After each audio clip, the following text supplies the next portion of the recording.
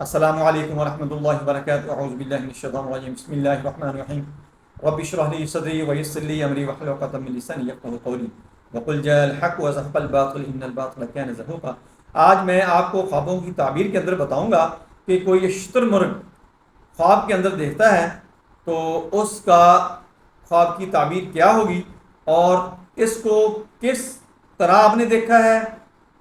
اور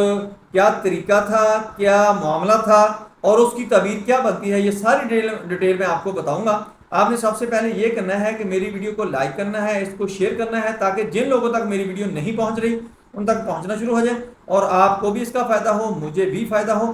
یہ صدقہ جاریہ ہے، اس میں آپ شامل ہو جائیں۔ یہ بہت ہی اہم ٹاپک ہے کہ خوابوں کی تعبیر کا جو ہماری زندگی کے ساتھ بہت ہی گہرا تعلق ہے۔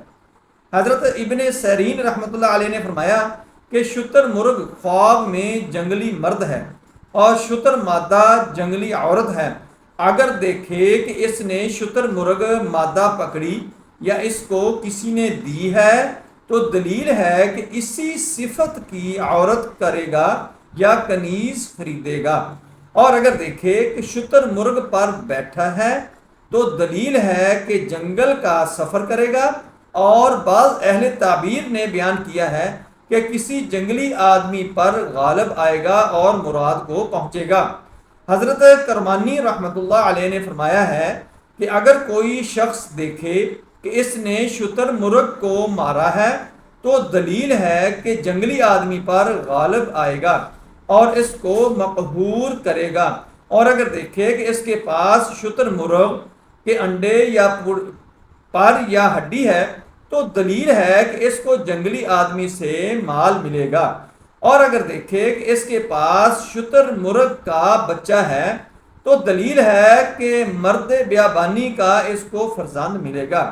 حضرت جابر مغربی رحمۃ اللہ تعالی علیہ نے فرمایا ہے کہ اگر کوئی شخص خواب میں دیکھے کہ شتر مرغ پر بیٹھا ہے اور وہ اس کا مطیع ہے اور اس کو ہوا میں لے گیا ہے اور پھر اسے زمین پر لے آیا ہے تو دلیل ہے کہ مرد بیابانی کے ساتھ سفر کر کے واپس آئے گا اور بہت سا نفع پائے گا، اور اگر اس کے خلاف ہے تو پھر اس کی تعویل بری ہے، یعنی اگر اس کا الٹ ہے تو اس کی تعبیر بھی پھر بدل جائے گی، اس کے الٹ ہو جائے گی۔ السلام علیکم ورحمۃ اللہ وبرکاتہ۔